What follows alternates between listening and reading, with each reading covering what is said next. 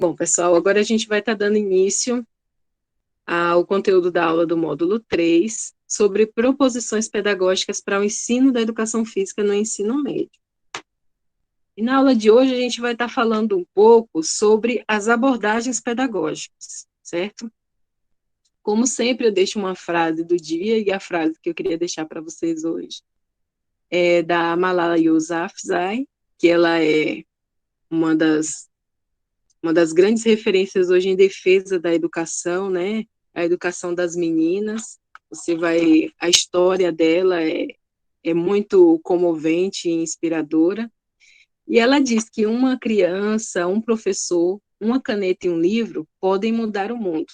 A educação seria a única solução de mudança do mundo. Ao final dessa aula, o que eu quero que vocês possam conseguir compreender ou responder seria as perguntas sobre o que são abordagens pedagógicas, quais são as abordagens pedagógicas que a gente tem na educação física e quais as possibilidades de aplicação dessas abordagens voltadas para o ensino médio, para o ensino da educação física no ensino médio. A aula de hoje ela é 1 hora síncrona e 4 horas assíncronas. E a base que eu vou estar utilizando para a apresentação do conteúdo para vocês hoje nessa aula é a do livro Abordagens da Educação Física Escolar, da Teoria à Prática. Eu, particularmente, achei esse livro excelente. Ele é um livro recente, ele trata sobre as diversas abordagens pedagógicas da educação física, vem trazendo a questão conceitual e também exemplos de como você abordar aquele conteúdo ou determinados conteúdos da educação física dentro de uma perspectiva de abordagem sistêmica, da saúde renovada, desenvolvimentista. Então, todas as abordagens pedagógicas, eles têm um capítulo ou dois para falar sobre essas abordagens e dar exemplos práticos de como você pode trazer isso para a prática pedagógica do professor, seja na educação infantil, fundamental ou no ensino médio. Então, eu recomendo veementemente essa literatura. Pode ser um livro que você pode estar consultando em diferentes momentos aí da sua formação. Especificamente para a avaliação 3, vocês vão estar lendo um capítulo, pelo menos um capítulo desse livro. Mas eu recomendo aí que vocês tenham ele salvo na sua biblioteca virtual para estar consultando sempre que for necessário ou interessante para vocês. Um primeiro ponto que a gente vai discutir para falar sobre abordagem pedagógica seria justamente o porquê, o que será que motivou o desenvolvimento de tantas abordagens pedagógicas na educação física. A Lei de Diretrizes e Bases da Educação, ela trouxe um artigo falando que a educação física ela é um componente curricular da educação básica. Isso aconteceu em 1996.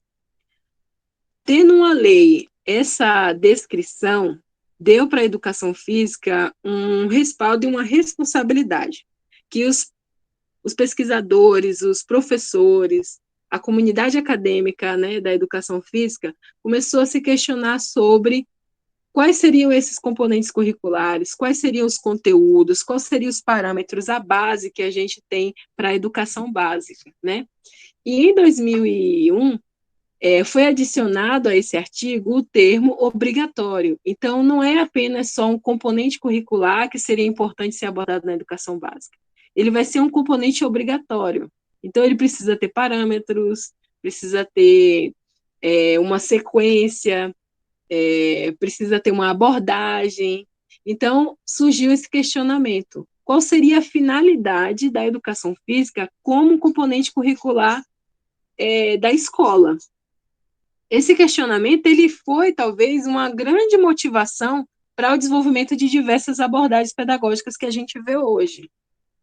Quando a gente pensa no termo abordagem, de modo geral, a abordagem seria a maneira de você se comportar ou de lidar com alguma coisa.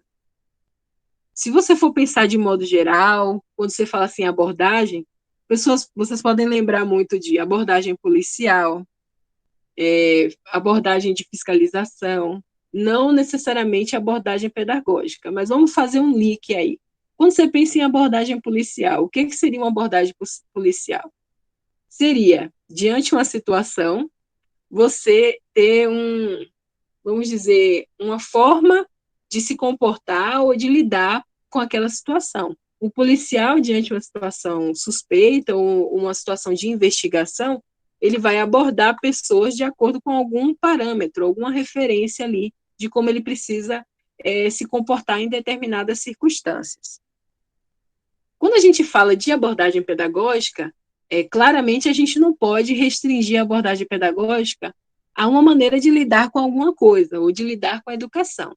Mas seria a forma de você tentar conciliar algumas teorias da pedagogia, da educação, com a prática que está acontecendo na escola. Então, o termo abordagem pedagógica, ele vem justamente desse conceito que a Soraya Darido trouxe, de que essas novas abordagens pedagógicas, elas vieram para tentar aproximar o que estava sendo estudado, determinadas teorias da educação, com o que estava sendo vivido, que são as práticas pedagógicas que aconteciam na educação básica. É muito comum algumas pessoas tratarem como sinônimo o termo abordagem pedagógica e tendência pedagógica. Só que, conceitualmente, eles são divergentes, eles têm características diferentes. O termo tendência pedagógica, ele está ligado à influência de determinados movimentos sociais em um dado momento histórico, um dado contexto histórico, como isso, influenciou, afetou a prática pedagógica na educação básica, dentro da educação física, ou diferentes outras áreas da educação. Então, a tendência pedagógica, ela está fazendo esse link com o aspecto social, dos movimentos sociais. E a abordagem pedagógica, ela está fazendo o link com teorias educacionais e a prática que tem acontecido na escola. Então, a gente tem aqui várias tendências ou abordagens pedagógicas. Algumas abordagens, elas fazem parte da história da educação física, elas não representam a atualidade, o cenário atual da educação física. E novas tendências, elas começaram a surgir justamente com o avanço dos estudos da área da educação e com um grande advento que aconteceu, vamos dizer aí, na década de 80, foi a profissionalização, a especialização de alguns professores e pesquisadores do Brasil. Nessa fase, a gente teve uma ascensão da ciência no nosso país, em que professores eles foram incentivados pelo governo a fazer doutorado, pós-doutorado, especialização fora do Brasil. Então, essas pessoas, esses pesquisadores que foram para fora do Brasil, quando eles retornaram com o conhecimento de outras realidades, outras teorias, outras abordagens educacionais. Então, houve essa mudança no cenário, assim, da educação, por conta também desse advento de incentivo à ciência que ocorreu nesse dado momento histórico no Brasil. Então, a gente consegue ver aí um histórico sobre as diferentes abordagens. Eu tenho certeza que vocês já ouviram falar de todas elas, se não 90% delas, que seria a abordagem higienista, que foi a partir ali até a década de 1900, até 1930, A abordagem higienista, ela vinha tratar a educação física meramente como uma forma dos corpos serem saudáveis, focado na questão das valências motoras, então você ter uma capacidade motora, um corpo belo, um corpo saudável, era a principal função da educação física, a principal finalidade de se desenvolver atividade física, educação física, práticas corporais. A partir de 1930 até 1945, na sociedade a gente estava vivendo o militarismo, e um pouco desse movimento social ele refletiu na forma como era tratada a educação física no contexto mesmo da educação básica e em qualquer outro contexto da sociedade, que era o uso da educação física como uma forma de preparar as pessoas para a situação da guerra. Então, o objetivo era, por meio da educação física, você fazer com que as pessoas superassem desafios, ultrapassassem limites fisiológicos, buscassem seu melhor desempenho, né, no movimento. E aí a gente começa a ver algumas mudanças em relação à abordagem da educação física, que foi se ampliando para uma perspectiva do esporte como uma forma da pessoa ter uma ascensão, uma melhoria das suas qualidades físicas, mas também sociais, morais, psíquicas. Até hoje, né? O esporte ele é tratado como um caminho para a gente trazer a cidadania, para a gente trazer os resgates de valores morais dentro da sociedade. Então, o esporte ele tem aí essa característica que já é histórica e que até hoje está presente na concepção, no conceito que a gente tem de esporte, de levar o esporte da criança para que ele tenha condição de cidadania, para que ele tenha novas oportunidades, para que ele aprenda valores morais, etc. Só que, mesmo que isso tenha gerado uma ampliação, ou seja, não estava mais voltado para o físico, né? Tinha outros elementos aí que o método desportivo generalizado, a tendência pedagogicista, ela trouxe. Então, você tem a educação física como uma forma de você desenvolver diversas características no sujeito. Mas isso ainda estava voltado muito para o aspecto da técnica, do aperfeiçoamento para o rendimento esportivo. E a gente teve ali na década de 80, em 1980, 85, uma forte influência da abordagem tecnicista, que seria preparar as pessoas, mesmo dentro do contexto da escola, para a seleção e iniciação esportiva. Então, a escola ela era um berço para você selecionar alguns talentos esportivos. Então, a melhor forma de você selecionar era expor essas crianças a uma estrutura de treinamento que favorecesse os que seriam mais habilidosos, mais fortes, né, e que tivessem maior capacidade de se desenvolver em algumas modalidades esportivas. Isso predominou por muito tempo na educação física, mas gerou muitas críticas. E essas críticas, elas foram o que deram fruto para as novas abordagens que a gente tem hoje de ensino. As novas abordagens, elas vieram justamente contrapor alguns fatores que eram limitantes nas tendências pedagógicas que existiam anteriormente. Então, a gente tem aí, por exemplo, uma característica dessas novas abordagens da educação física, a inclusão. A inclusão é justamente um contraponto. Tem alguém aqui pedindo para entrar.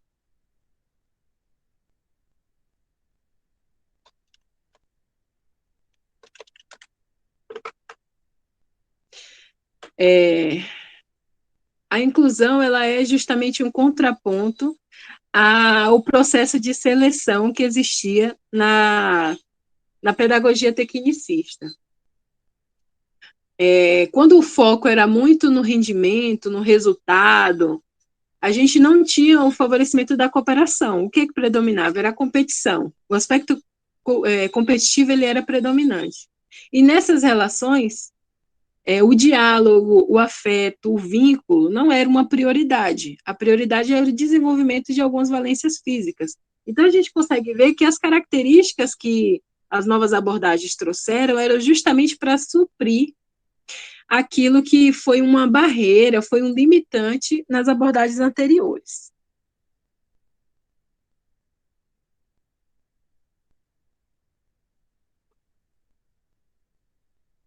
E são várias as novas abordagens, certo? Então, a partir de 1985, surgiram várias abordagens. Psicomotora, construtivista, cultural, desenvolvimentista, crítica, saúde renovada, sistêmica, jogos cooperativos e PCNs. Dentro dessas abordagens, algumas, pela sua própria criação, elas eram voltadas para o ensino infantil, o ensino fundamental. Duas delas, principalmente, o enfoque, né, dos teóricos, dos criadores, idealizadores dessas teorias e abordagens, eram voltadas para a infância, que seria a abordagem construtivista e a abordagem desenvolvimentista. Quando eu digo que essas duas abordagens elas são voltadas para a infância, o ensino fundamental ou infantil, não significa que não há possibilidade de você utilizar essa abordagem no ensino médio, mas elas já foram criadas com enfoque em outra fase da vida, que é a fase em que você está em desenvolvimento de algumas capacidades físicas, motoras, cognitivas, de experiência, de experimentação. E então, por isso que essas abordagens talvez não sejam as mais utilizadas para o ensino médio, mas não é impossível de utilizá-las. Os novos autores que falam sobre essas abordagens, eles apresentam possibilidades de tratar elas em outras fases, né, outras faixas etárias, e não só na infância e pré-adolescência. Antes da gente começar a falar sobre cada abordagem pedagógica, vamos estar pincelando sobre algumas delas, eu queria aproveitar para ouvir de vocês. Na avaliação 2, algumas pessoas elas foram mais objetivas em relação a qual abordagem pedagógica elas estavam desenvolvendo, e outras não foram muito claras, né? Superficialmente a gente conseguia observar ali que aquele conceito, aquele termo era direcionado a uma abordagem pedagógica.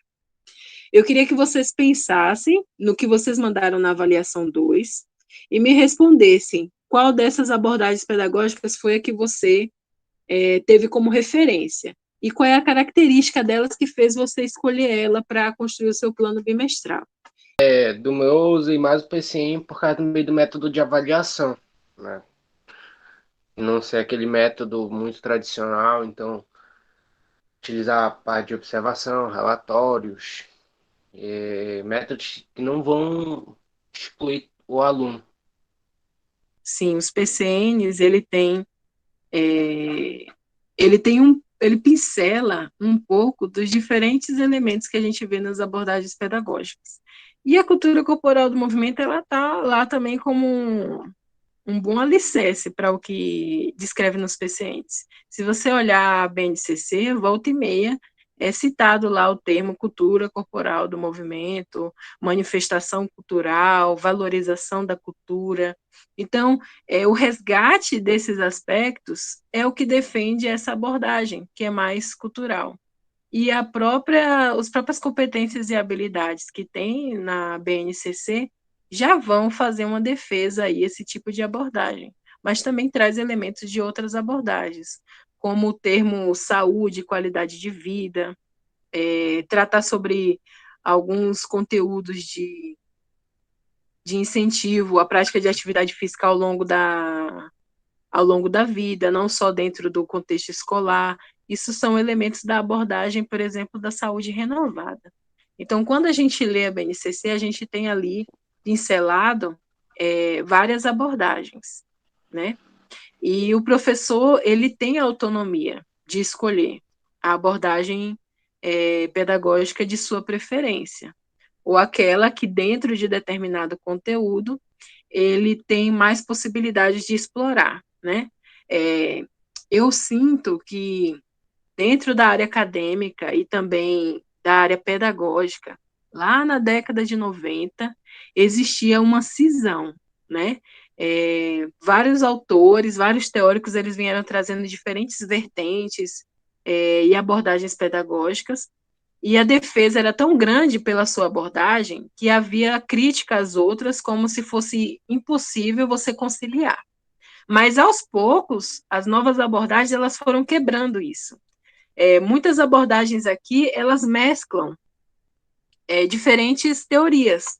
Por exemplo, na abordagem sistêmica. A abordagem sistêmica, ela trata sobre o termo cultura corporal do movimento, ela trata sobre a questão da afetividade, que está muito forte aí na na abordagem construtivista, por exemplo, e também na abordagem de jogos cooperativos, que é o diálogo, a vivência, o afeto, a cooperação.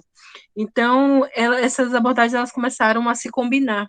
E hoje o professor ele pode ter, a partir do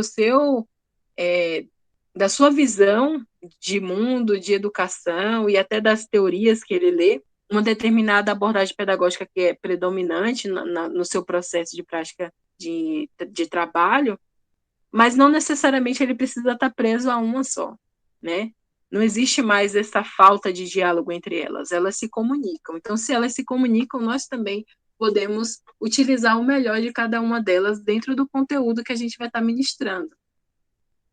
Agora eu vou estar falando um pouco sobre cada abordagem, de forma assim bem objetiva, trazendo a principal característica delas, né? E vocês vão poder aprofundar um pouco sobre isso na leitura do texto. Antes de falar sobre elas, mais uma coisa que eu queria perguntar. Qual dessas abordagens aí você nunca ouviu falar, não conhece? Professora, eu nunca li nada sobre a abordagem tal. Eu queria que vocês colocassem no chat, só para eu ter uma noção de qual abordagem é mais tranquilo para vocês entenderem e qual talvez eu precise detalhar mais. Podem colocar aqui no chat. A gente tem a abordagem psicomotora, construtivista, cultural, desenvolvimentista, crítica, saúde renovada, sistêmica, jogos cooperativos e os PCNs.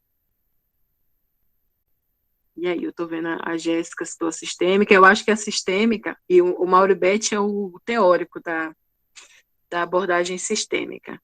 E vocês vão ver que ela é uma abordagem bem simples e de defesa até mesmo das diretrizes educacionais. Mas talvez vocês nunca tinham visto esse termo, mas vocês vão encontrar vários elementos dela. A primeira abordagem que a gente vai estar falando é a psicomotora. Aqui. A abordagem psicomotora, ela, na verdade, talvez seja uma abordagem que a nossa área, ela desenvolve bem enquanto conteúdo, enquanto teoria. Na prática, nem sempre, mas enquanto teoria, a gente tem várias disciplinas no curso da educação física que vão estar tratando sobre o desenvolvimento humano. Esse desenvolvimento humano de forma integral, a relação entre o sujeito, o ambiente e os objetos e a interação do sujeito com o ambiente. Então, vamos dizer assim que o grande diferencial que essa abordagem trouxe para as abordagens anteriores a ela é que a compreensão do desenvolvimento humano não estava focada apenas no aspecto motor. Mas quando a gente fala do aspecto psicomotor, a gente inclui aí a destreza motora, a cognição e o diálogo, a afetividade, as relações. Então, ela tem alguns princípios que vão de encontro com a filosofia da educação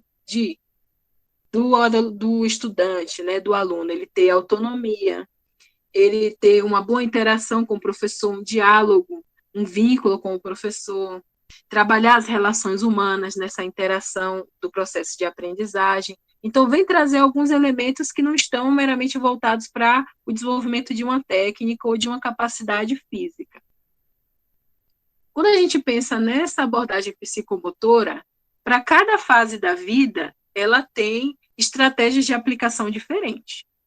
Por quê? O nosso desenvolvimento psicomotor, ele está associado ao próprio desenvolvimento humano. Então, a criança, ela tem determinadas características cognitivas, motoras, psicológicas, que diferem do adulto. No ensino médio, a gente já está trabalhando com pessoas que passaram pelo esse estágio de desenvolvimento, né? Elas já estão numa fase em que a maioria das suas características físicas, cognitivas, de raciocínio, já estão bem desenvolvidas. Então, o professor, quando vai aplicar essa abordagem no ensino médio, ele pode já estar trabalhando conteúdos que sejam mais complexos. A abordagem psicomotora, ela vai ter ali três bases, três elementos chaves.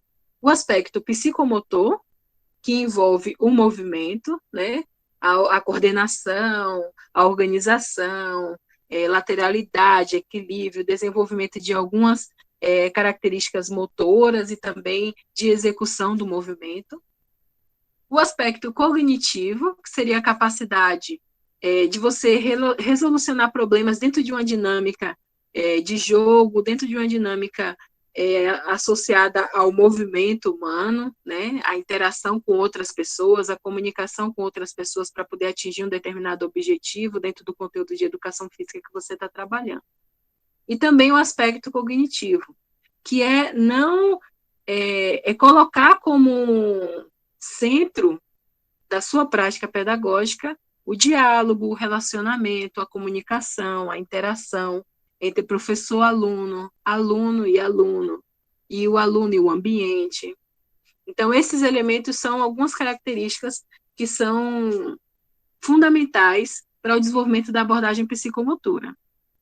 Então, se a pessoa está trabalhando com essa abordagem, a sua avaliação, a sua metodologia de ensino, ela vai incluir desafios que trabalham o aspecto cognitivo, motor e o diálogo entre as pessoas que vão estar desenvolvendo aquela atividade, que no caso seria um corpo de alunos e um professor como mediador daquele processo.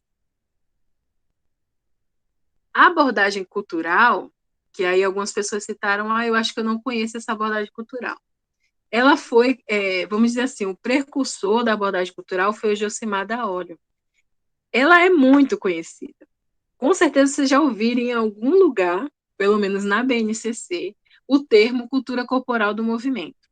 E essa abordagem ela veio como uma crítica às tendências, né, pedagógicas anteriores a ela, às abordagens pedagógicas anteriores a ela. Por quê? Se a gente for ver lá a abordagem higienista, tecnicista, ela era muito voltada para o aspecto biológico, até mesmo a abordagem esportivista, né, a tendência esportivista, da pessoa focar em determinadas modalidades esportivas para selecionar talentos para o rendimento, né, do esporte no país, e não voltar para aquela criança ter um desenvolvimento, uma formação integral. Então, esse movimento da abordagem cultural, ele veio na perspectiva de fazer uma quebra, uma cisão dessa visão que era hegemônica na época, de tratar a educação física como uma forma de adestrar corpos, de desenvolver apenas capacidades físicas e selecionar pessoas que têm talento esportivo. Se ele vem como uma quebra dessas abordagens, ele traz elementos que são justamente contrários a ela. Se a gente tem uma predominância, né, de uma visão tecnicista da educação física, o foco vai ser em você fazer o movimento o mais correto, mais alinhado com a técnica possível. E aí essa teoria ela vem falar justamente sobre a pluralidade, sobre a diversidade de formas de se expressar corporalmente. E o que é que dá essa base para você falar sobre essa diversidade? É justamente a cultura. Uma determinada modalidade esportiva, hoje ela tem regras, ela tem técnicas específicas que são voltadas a como você trata desse esporte de forma competitiva. Mas se você for ver, a sociedade já trabalhava, já vivenciava aquele esporte de outras formas, bem diversificadas. Por exemplo, o atletismo. O atletismo está muito associado a várias atividades do nosso cotidiano. Mas se você for olhar as regras e a técnica, existe um método, existe uma forma que é considerada correta de executar determinados movimentos para ter um melhor rendimento. Mas se você for pensar na corrida, no salto, dentro do contexto cotidiano, cultural e social, você pode desenvolver isso de diversas formas. Então, essa abordagem ela vem trazer uma defesa a essa diversidade, você levar essa diversidade para dentro da escola. Então, alguns exemplos que a gente vê comumente colocar no plano de aula, por isso que eu disse que apareceu muito no de vocês, que é colocar no plano de aula a experiência do aluno em relação ao movimento. O que eles entendem daquele movimento, como eles executam aquele movimento, sem necessariamente, desde o início, você está fazendo uma lapidação, cerceando ali as possibilidades que ele tem de se movimentar dentro daquele conteúdo que você está apresentando da educação física. Essa abordagem, ela pensa em uma educação ampla, voltada a desconstruir alguns preconceitos, alguns conceitos que sejam mais hegemônicos, como, por exemplo, a cultura ocidental, ela é muito mais hegemônica do que a cultura oriental. A cultura dos povos tradicionais, ela é muitas vezes negligenciada dentro da educação no nosso país. Então, aquilo que ficava à margem, a cultura corporal do movimento tenta trazer luz, tenta trazer para o centro, para que as pessoas consigam entender que a diversidade, a variedade de movimentos, ela é um aspecto positivo e muito rico no ensino da educação física. De modo geral, se eu fosse conversar com vocês sobre o que se trata dessa cultura, essa é a principal característica. O professor que diz que vai fazer uma defesa à abordagem da cultura corporal do movimento, ele está buscando a diversidade, que os alunos possam expressar o movimento de diferentes maneiras e aprendam a conhecer toda essa diversidade que tem do movimento corporal. A gente tem, dentro da abordagem cultural, uma sequência didática, certo? Essa sequência didática, ela tem 5 etapas que vão trazer desde a discussão do tema, sobre o que os alunos conhecem sobre aquilo, sobre os saberes prévios que ele tem sobre aquele conteúdo que você vai estar abordando, até um aprofundamento, depois deles estarem fazendo pesquisas, depois deles estarem vivenciando junto com o professor a execução do movimento, experimentando a execução do movimento. Então, são vários estágios. Essa é uma recomendação que o autor traz sobre uma sequência didática de você trabalhar o conteúdo, mas não necessariamente é uma regra, né? O professor ele pode, dentro de uma aula, priorizar a problematização ou priorizar mais a vivência. Mas para que o aluno ele tenha um aprendizado completo sobre aquele conteúdo, a teoria prevê que ele possa partir do que ele conhece para depois conhecer outros elementos, aprofundar esses outros elementos, por meio de discussão, vivência prática e teórica. Certo? Quem aí agora conseguiu captar assim, nossa, eu acho que já tinha visto a abordagem cultural em vários lugares. Eu tenho certeza que depois dos comentários, vocês conseguiram perceber que alguma coisa da abordagem cultural vocês colocaram no seu plano de aula. Porque a própria BNCC, ela meio que impulsiona você a não negligenciar a diversidade do movimento, né? Então, você acaba tendo ali possibilidade de você utilizar essa abordagem nas aulas. Uma outra abordagem que foi citada por alguns de vocês na hora da construção do plano bimestral foi as abordagens críticas. As abordagens críticas, vamos dizer assim, de modo geral, todas as abordagens que a gente trouxe, elas vêm contrapor algo que era hegemônico naquele momento. A abordagem crítica, ela também tem essa característica. Ela vem fazer uma crítica à realidade, né? Mas essa realidade é voltada ao movimento social que estava acontecendo em determinado contexto histórico. Então, quando essas teorias e essa abordagem ela foi construída, a finalidade dela era justamente fazer com que, a partir da educação física, a partir do movimento, as pessoas pudessem compreender, criticar e refletir sobre as manifestações sociais que aconteciam. Essa teoria ela foi criada assim em um contraponto ao que estava se vivendo da ditadura militar, né? Então, por isso que a gente consegue ver aí algumas bases das ciências sociais muito fortes nas teorias que são críticas, de abordagem crítica. A gente tem 2 grandes teorias de abordagem crítica: a crítica emancipatória e a crítica superadora. A crítica emancipatória ela foi defendida pelo Eleanor Kuntz. A abordagem crítica superadora, o grande, vamos dizer assim, a bíblia dela é o livro coletivo de autores, que a gente tem vários teóricos voltados assim para o estudo da educação física e as ciências sociais, e ambas têm como referencial base o marxismo, né? Então tem como base a sociologia e a teoria, né, do marxismo, seja o marxismo clássico ou o marxismo pós-moderno. O que a gente pode colocar como características importantes dessas abordagens críticas? Além dessa questão da sociologia e trazer a reflexão sobre os movimentos sociais para dentro do estudo da educação física, ela também entende que uma forma de você trabalhar os conteúdos da educação física seja por etapas. Essas etapas ou estágios são estratégias para que o aluno ele consiga entender não só o movimento por si só, mas como esse movimento é representado diante da sociedade. Pode ser uma reflexão ou a crítica. Por exemplo, o esporte. Como a valorização de uma modalidade esportiva específica na educação física compromete o desenvolvimento de outras modalidades. Como o esporte e o processo de esportivização têm transformado o ensino da educação física básica em um processo de seleção de talentos, de pessoas mais fortes e habilidosas. Como isso é um reflexo de como a sociedade trata as pessoas, né? De forma excludente. Então, quando você vai usar esse tipo de abordagem, você tenta conciliar o conteúdo da educação física com como esse conteúdo é refletido na sociedade e fazer uma crítica a isso, levando os alunos a terem uma própria avaliação sobre esse processo.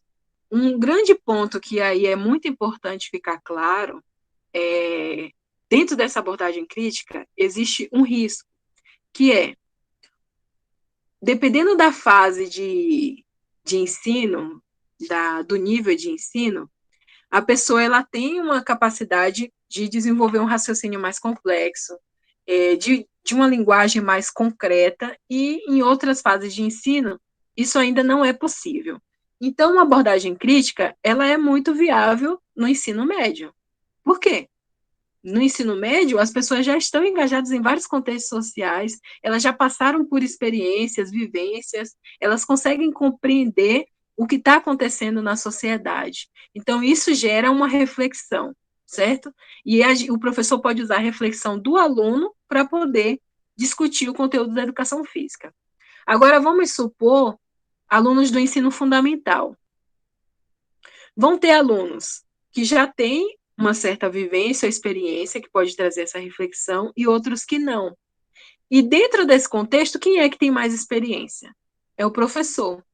E aí corre o risco de, quando você utilizar dessa abordagem, a visão crítica do professor seja o centro e não a do aluno, porque ele ainda não está preparado para fazer esse tipo de reflexão ou avaliação mais crítica de um conteúdo da educação física e relacioná-lo com a sociedade. Então, a abordagem crítica ela é muito positiva para trazer temas transversais, para trazer uma forma de abordar o conteúdo que o aluno reflita com a realidade prática. Mas o professor precisa ter essa cautela quando for utilizar esse tipo de abordagem, da sua crítica não ser o centro da discussão, mas sim aquilo que o coletivo refletiu sobre esse assunto, aquilo que o coletivo entendeu sobre o assunto, ser o centro da discussão. Mas ela é uma abordagem que também é muito utilizada na educação física. A abordagem da saúde renovada, ela já é um pouco mais recente, né? No início da década de 90, foi praticamente a ascensão dessas abordagens críticas, porque o contexto social anterior à década de 90 era um contexto de repressão, e aí eles buscaram uma emancipação contra isso. E a partir de 1995, 96, 97, a gente começou a ver a inserção da educação física em outras áreas. E uma das áreas que a gente começou a trabalhar muito com a contribuição da educação física foi a área da saúde. Então, a abordagem da saúde renovada, ela concilia as mudanças que aconteceram em relação ao conceito de educação física, exercício físico e atividade física, com a própria mudança que estava acontecendo em relação ao conceito de saúde. No Brasil, vamos dizer assim, no Sistema Único Brasileiro, Em 1986, a gente teve um marco, que foi a Constituição Federal, que trouxe a saúde como algo, um direito que deve ser público. Então, a gente vê ali a criação do Sistema Único de Saúde.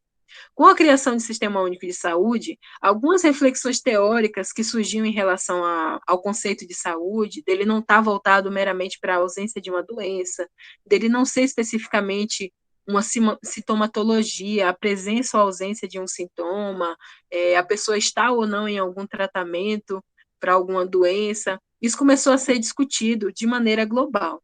E a saúde renovada dentro da educação física também trouxe essa discussão do conceito que a gente chama de conceito ampliado de saúde. Ele não é meramente ausência de doença, ele não envolve apenas aspectos físicos, psicológicos e sociais, mas ele está associado a fatores determinantes, condicionantes, como habitação, lazer, liberdade de direitos, diversidade, vários elementos que hoje a gente chama de temas transversais, eles também perpassam o conceito do que seria saúde. Por isso que a gente vê aí o termo saúde renovada.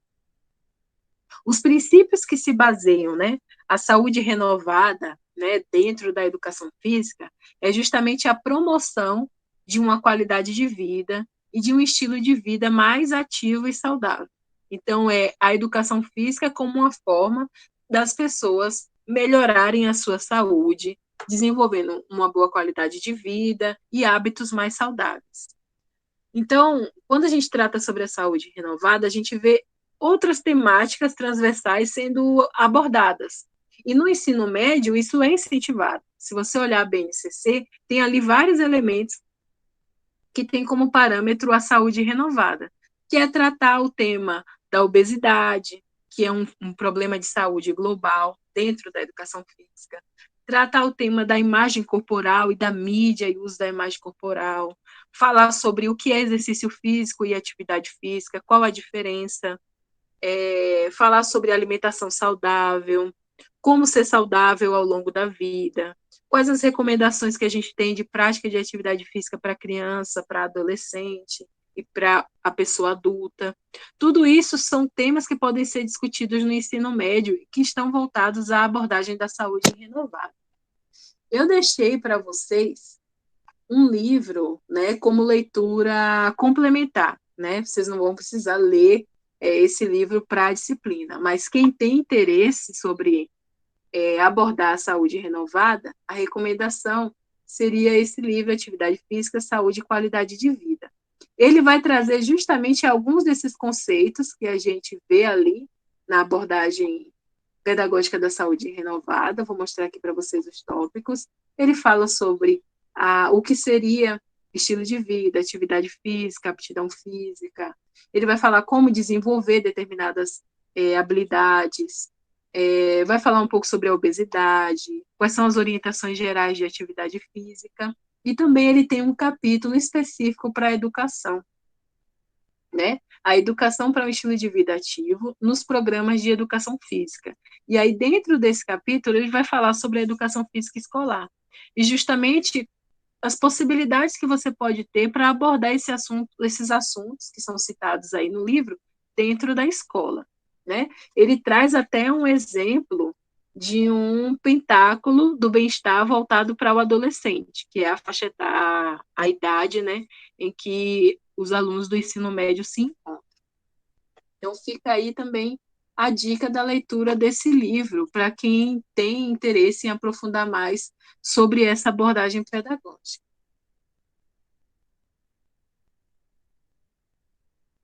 A abordagem sistêmica é outra que vocês falaram que conheciam pouco. O que a gente pode falar sobre a abordagem sistêmica? Ela entende o próprio sistema educacional, como você se basear no sistema educacional para abordar a educação física na escola, os conteúdos da educação física na escola.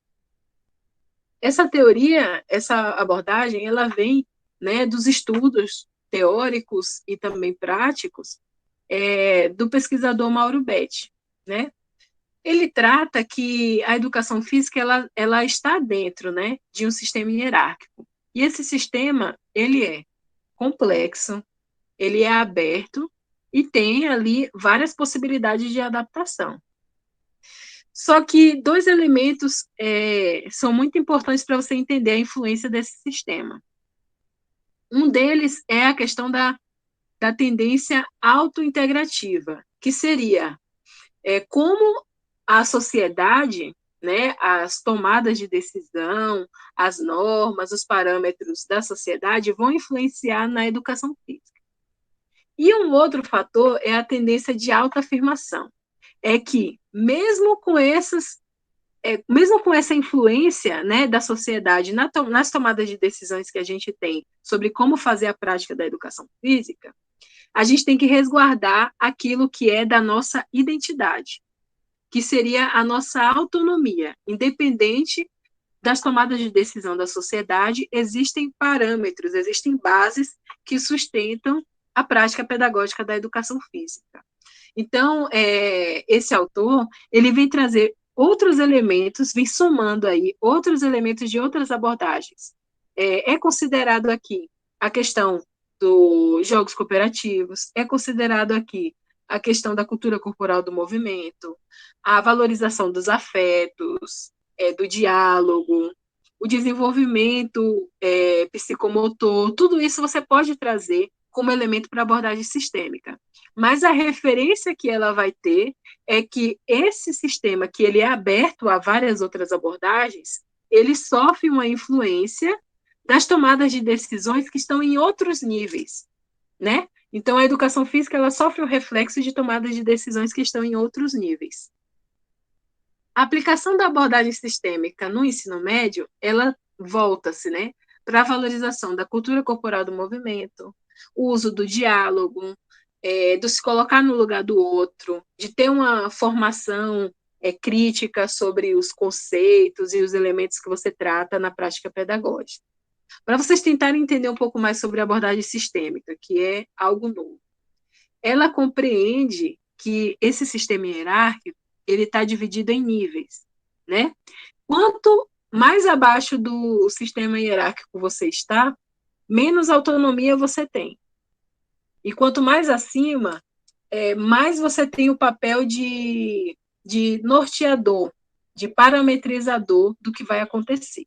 Por exemplo, no nível mais alto que a gente tem educacional, a gente tem as políticas. A BNCC, ela está acima do que o professor vai definir como objeto para a sua aula. Vocês concordam comigo? Porque você precisa utilizar-se daquele parâmetro para organizar a sua aula. Você vai ter autonomia de usar diferentes abordagens? Vai. Mas existe ali algumas estratégias e expectativas do que você tem que desenvolver. Então, a abordagem sistêmica, ela vem falar justamente desses níveis, que tem uma maior flexibilidade de autonomia ou não. Então, para a gente ter uma mudança no processo de aprendizagem, é necessário que haja uma mudança na política educacional. E isso a gente conseguiu observar esse movimento dentro da educação física.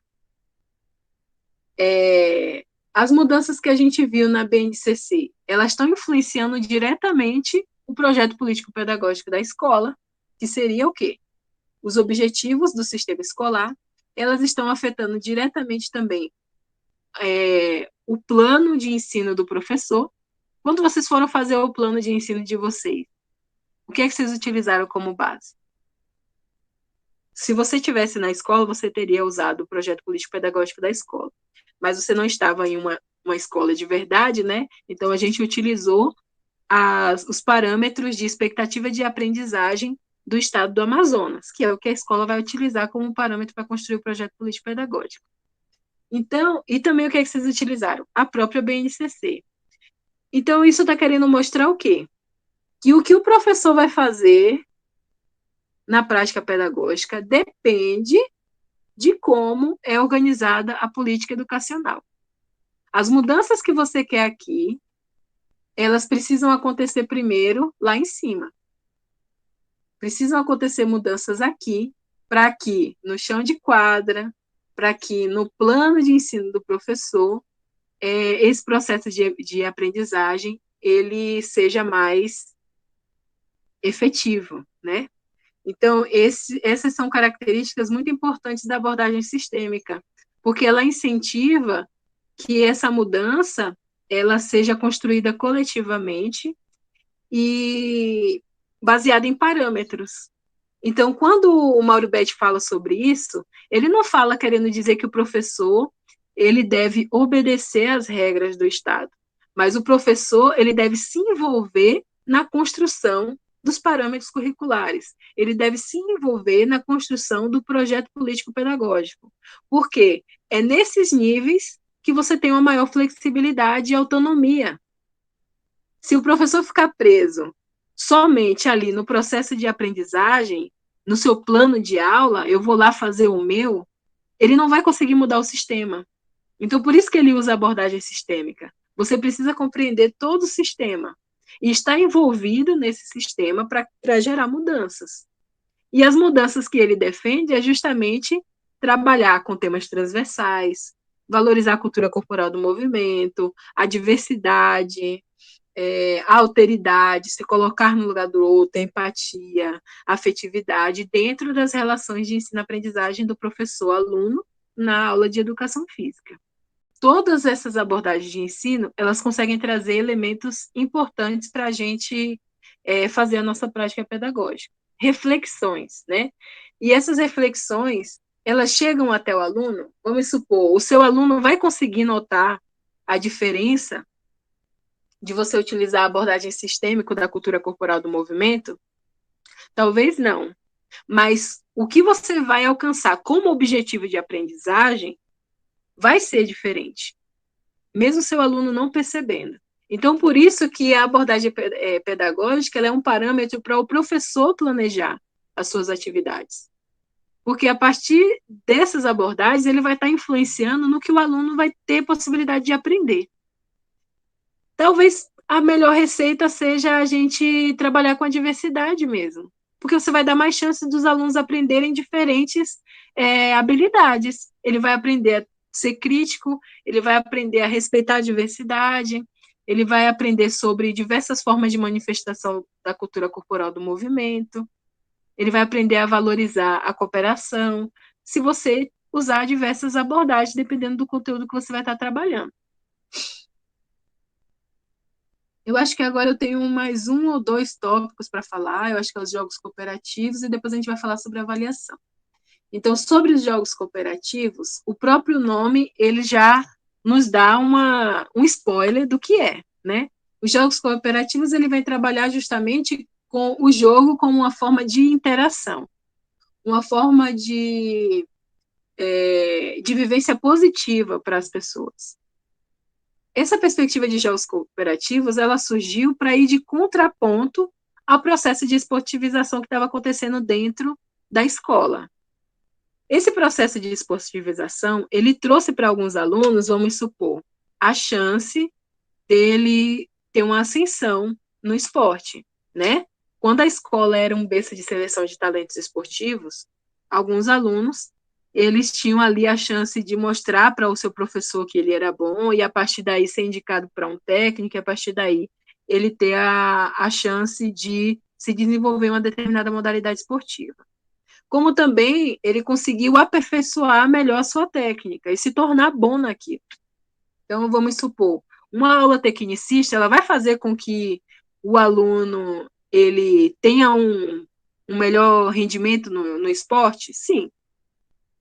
Vocês negam isso? Se você pegar e usar uma aula toda para o aluno aperfeiçoar uma técnica, ele vai ficar bom naquela técnica mais rápido do que uma aula em que o aluno vai explorar outras coisas. Só que o objetivo da educação física escolar é o aluno ficar bom nas técnicas ou é ele aprender a técnica, aperfeiçoar ela, mas também desenvolver ali outros valores sociais, outras capacidades? Então, não é que a abordagem tecnicista ela seja inútil. A gente utiliza-se de elementos dela até hoje. Se você for observar, ela dá base para o que a gente vê em outros contextos, fora da escola, porque talvez foi a que mais predominou na educação física. Se você for para uma academia, um clube de iniciação esportiva, você vai observar essa abordagem. Agora, ficar preso somente a ela é um grande problema. E dentro da escola, isso é totalmente desrecomendado, né? Então, os jogos cooperativos, ele vem trazer uma experiência mais positiva para o aluno em relação ao esporte, sendo evitando ali alguns traumas, a violação evitando que essa experiência ela provoque alguma violação física ou psicológica no aluno, que o insucesso não seja um motivo do aluno se sentir inferior, que o fato dele não ter destreza em determinado movimento não seja um limitante para ele participar, né? Se a gente utiliza o foco apenas na técnica, o aluno que sabe menos é o que é escolhido por último, o aluno que sabe menos é aquele que desiste, e disso o professor pega um atestado para não fazer a aula. Então, quando é que esse aluno ele vai aprender? Se a gente ficar focado somente na técnica, né? E o time que ganha é o que continua, e o time que perde é o que vai para o banco. Se a gente ficar focado nisso, o time que perde é o que talvez mais precisava experimentar e você está colocando ele no banco. Então, a abordagem de jogos cooperativos, ela vem justamente quebrar isso. Ela promove estruturas em que o foco não seja ganhar e perder. O foco vai ser participar, construir estratégias para chegar a um determinado objetivo. E esse objetivo não significa necessariamente que um vai ganhar e outro vai perder. Então, a dinâmica de tratar sobre o jogo, ela é diferenciada se o professor utiliza a abordagem de jogos cooperativos. E aí a gente tem algumas estratégias que são utilizadas. Por exemplo, você desenvolver um jogo em que o objetivo final não seja chegar primeiro, ou então ganhar mais pontos, mas sim resolver um problema. E aí vocês podem, juntos, né, os alunos juntos estarem resolvendo aquele problema do jogo. Você pode também desenvolver um jogo em que a posição dos alunos muda. Então, pode ser que no final a equipe amarela ela tenha conseguido mais pontos naquela vivência. Só que os jogadores da equipe mudaram o tempo todo. Então, não existe um culpado ou um responsável por aquela equipe ter ganhado ou perdido. Isso quebra um pouco a visão de que eu sou o perdedor, eu sou o vencedor. A equipe amarela ela conseguiu mais pontos porque chegou em determinado lugar primeiro. Mas quem estava naquela equipe, uma hora fui eu, outra hora foi meu colega. Então, todo mundo, de certo modo, participou. Então, o rodízio é uma estratégia. A inversão também é uma estratégia. O foco não ser em ganhar ou fazer correto, mas em fazer junto. Né? Então, isso são algumas formas de você trabalhar os jogos cooperativos. Aqui eu trouxe um quadro para mostrar o que o autor define como principais diferenças entre os jogos competitivos e os jogos cooperativos. E a gente vai ver que essas características elas estão voltadas ao que o que eu estava conversando aqui antes com vocês. O foco não está em desenvolver uma capacidade, mas sim em um aluno estar participando e interagindo com a turma o máximo de tempo possível. É ser divertido e bom para os dois, é evitar frustrações, trazer mais confiança, autoconfiança para o aluno, no sentido de que ele contribuiu para aquele resultado e não que ele foi o responsável pelo time perder, né? E, então, esses são alguns elementos que caracterizam os jogos que são cooperativos.